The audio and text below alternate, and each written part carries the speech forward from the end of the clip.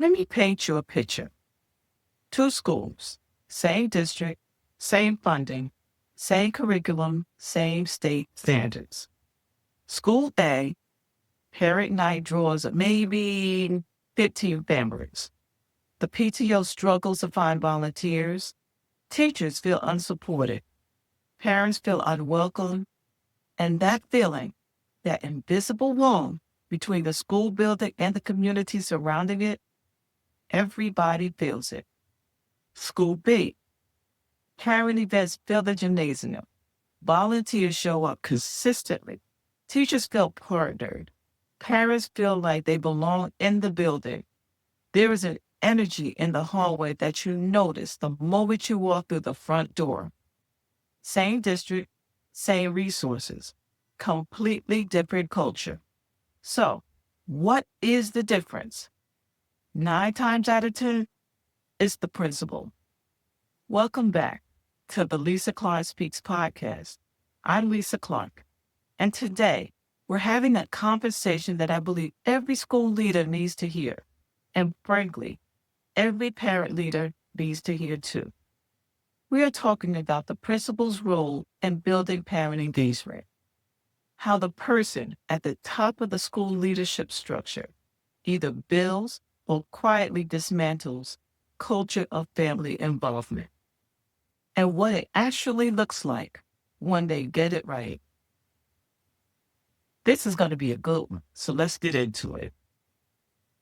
All right, let's start with something that sounds like a small distinction, but is actually one of the most important reframes in all of education leadership. The difference between parent involvement and parent engagement. Now, I know what you might be thinking. Those sound like the same thing. People use them interchangeably all the time, but they are not the same, and understanding the difference is the entire foundation of what we're talking about today. So let's break it down.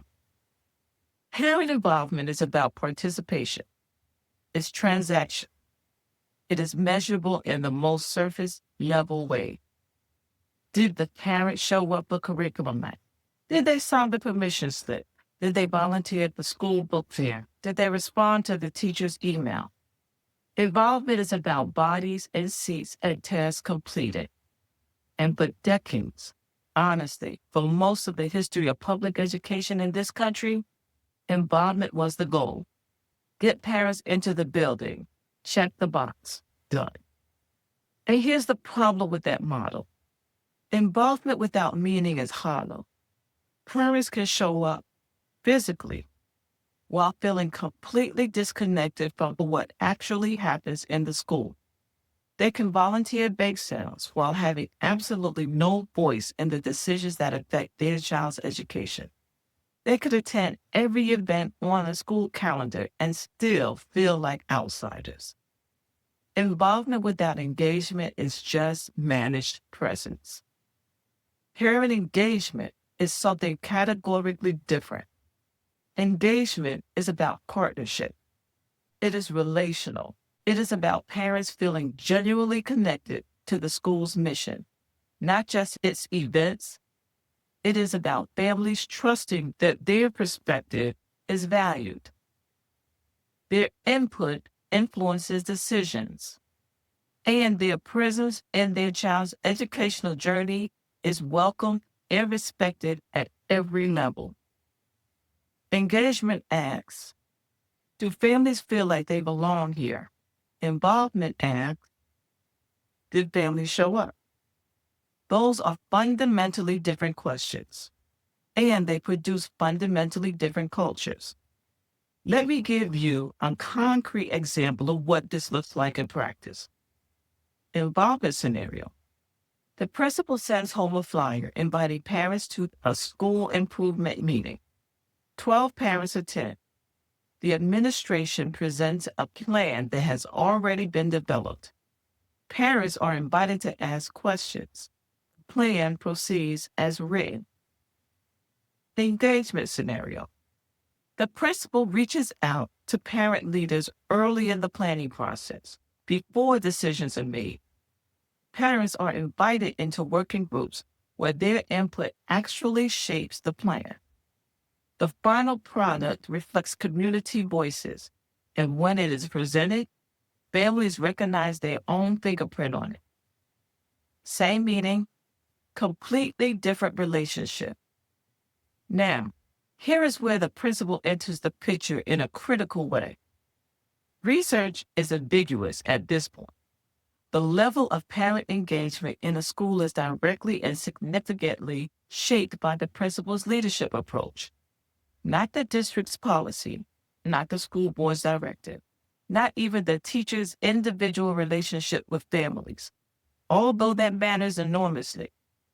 It is the principal, the culture setter, the tone maker, the person who decides what this school values and how it operates, who determines whether family engagement is a genuine institutional priority or a checkbox on an accreditation report. And that is an extraordinary amount of power. Power that the best principals use with great intentionality. So, let's talk about the first tool in their toolkit: communication. I want you to think about trust for a moment. Not trust in an abstract, philosophical, theoretical trust, but a specific, earned, relationship-based trust between a school and the family it serves.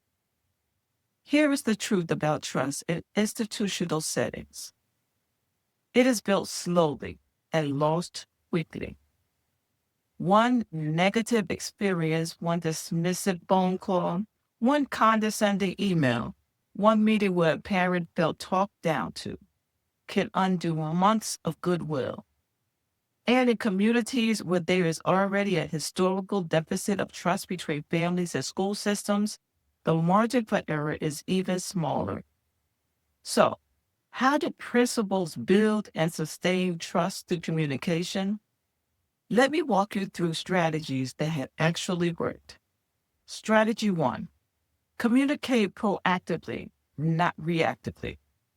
The single most common communication failure I see in schools is this: families only hear from the principal when something is wrong.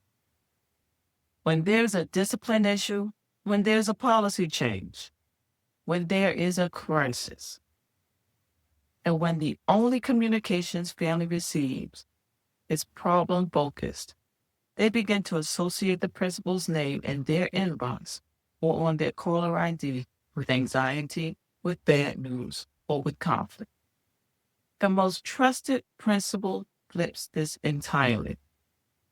They communicate regularly and predominantly positive, so that when a difficult message does need to be delivered, it lands in a relationship that has already been built.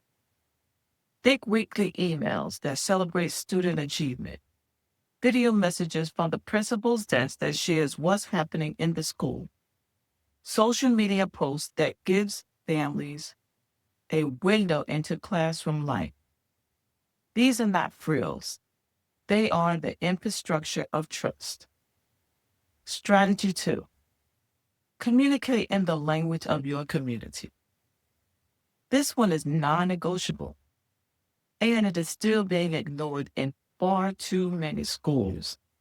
If a significant portion of your school's community speaks a language other than English at home, your school's communication must be accessible in that language. Full stop. Not a summarized version, not a rough translation. The actual communication, translated professionally and distributed equitably. But language is not just about linguistics. It is also about tone and register.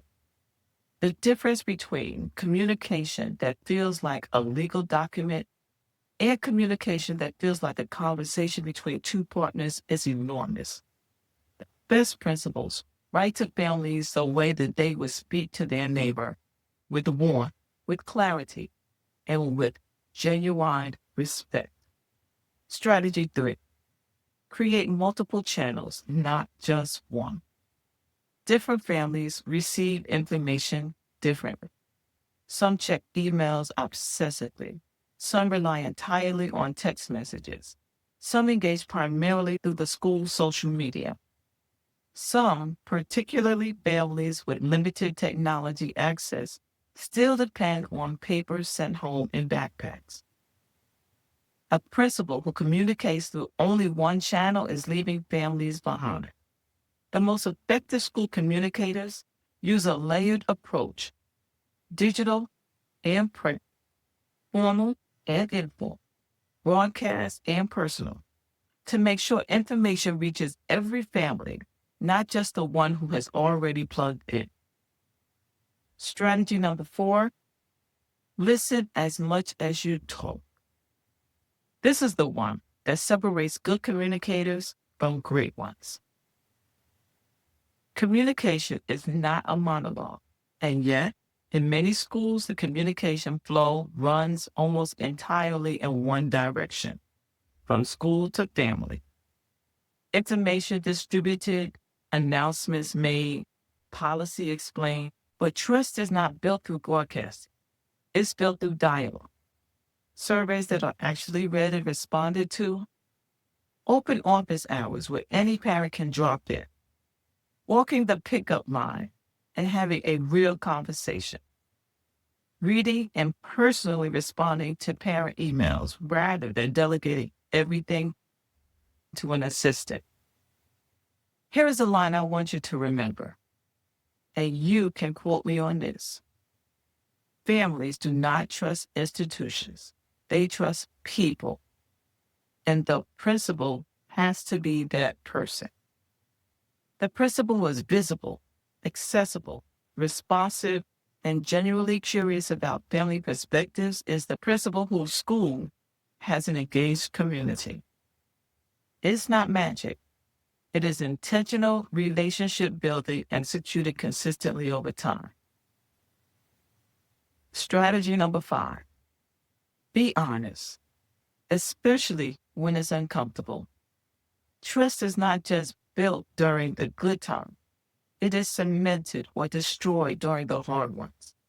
When something goes wrong in a school, and things will always go wrong, families are watching how the principal responds. Do they minimize? Do they go silent? Do they communicate through layers of bureaucratic language designed to say as little as possible? Or do they communicate honestly, take responsibility where responsibility is warranted, explain what happened, and tell families what is being done about it? Transparent leadership in difficult moments builds more trust than 100 positive newsletters, because it tells families this person will tell me the truth, even when it's hard. So, we've established that engagement is deeper than involvement. We've established that communication is the vehicle through which trust is built. Now let's talk about what trust makes possible, which is genuine collaboration. Because here is the thing. Trust is not the destination. Trust is the road that leads to somewhere far more powerful. Collaboration between school leaders and family communities produce better outcomes for children. This is not an opinion. This is evidence. Study after study from researchers at Harvard, from the National Education Association, from the Annie E. Casey Foundation, has found that schools where families are genuine partners in decision-making see higher student achievement, lower chronic absenteeism, better teacher retention, and stronger community support for school funding and initiatives. Not slightly better, significantly better. So, why? Given the evidence, does genuine collaboration remain so rare? Because it requires something that institutional culture often resists: sharing power. Real collaboration means that the principal's preferred approach might be challenged. It means that family voices might reshape a plan the administration was already comfortable with.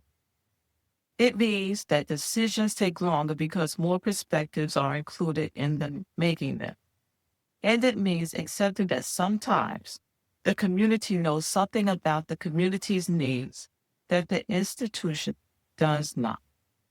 This is uncomfortable for leaders who are accustomed to operating in a top-down culture. But the principals who can sit in the discomfort, who can genuinely invite family partnerships into their decision-making, are the ones building something extraordinary.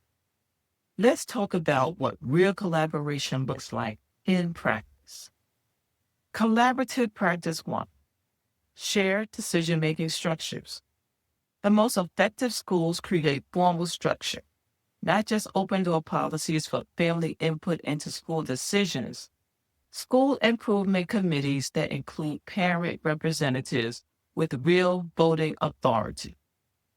Curriculum review panels that includes family voices. Budget priority conversations that happen with community involvement before decisions are finalized. The key word here is formal, because informal goodwill is just not enough. Families need institutional structures that protect and guarantee their seat at the table, not invitations that could be rescinded when the conversation becomes too inconvenient. Collaborative practice 2. Co-creating the vision. One of the most powerful things a principal can do, especially when starting a new school or launching a new initiative, is to bring the community into the vision building process before the vision is set. Town halls, communities listening sessions, focus groups for parents, students, and staff, not as performances of inclusivity, but as genuine information gathering that actually shapes the direction of the school. When families see their own words, their own priorities, their own concerns reflected in the school's stated mission and strategic plan, their investment in that plan is qualitatively different from a plan handed down from the top. Collaborative practice number 3. Respecting family expertise. Here is a shift in mindset that changes everything. Most schools approach families as recipients of expertise. The school knows about education. The school knows what children need. The school will communicate that expertise to families, and families will hopefully comply. A collaborative model flips this. It recognizes that families are experts on their own children, that parents bring cultural knowledge, community insight, and lived experience that is genuinely valuable and cannot be replicated by any professional credential. The principal who walks into a conversation with a family thinking, what can I learn from this person? Rather than, what do I need to explain to this person? That principal is going to build relationships that are fundamentally more powerful. Collaborative practice number 4, following through. I can't stress this one enough. Nothing destroys collaboration faster than asking for input and then ignoring it. If you survey your school's community, you must report back what you heard. If you hold a listening session, families must see evidence that what was said influenced what happened next. If you form a parent advisory committee, its recommendations must be genuinely considered and responded to, even when the answer is, we've heard you and here is why we're going a different direction. Because families can accept disagreement. What they cannot accept and what will permanently damage trust is feeling like the participation was theater. Authentic collaboration means closing the loop always. All right, this is the section I am most excited about. because this is where leadership gets really interesting.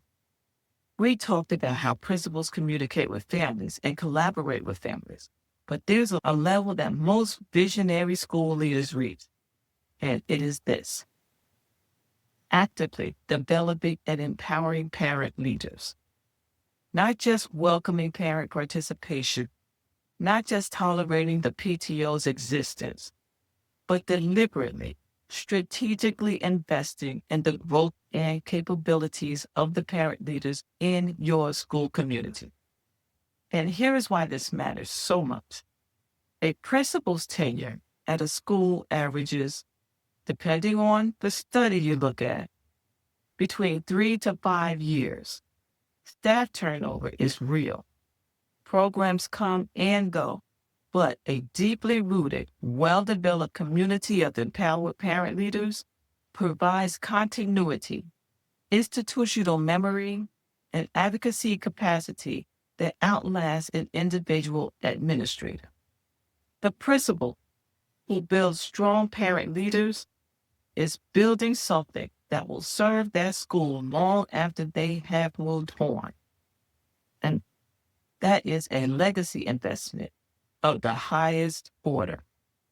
So, how do you actually do it?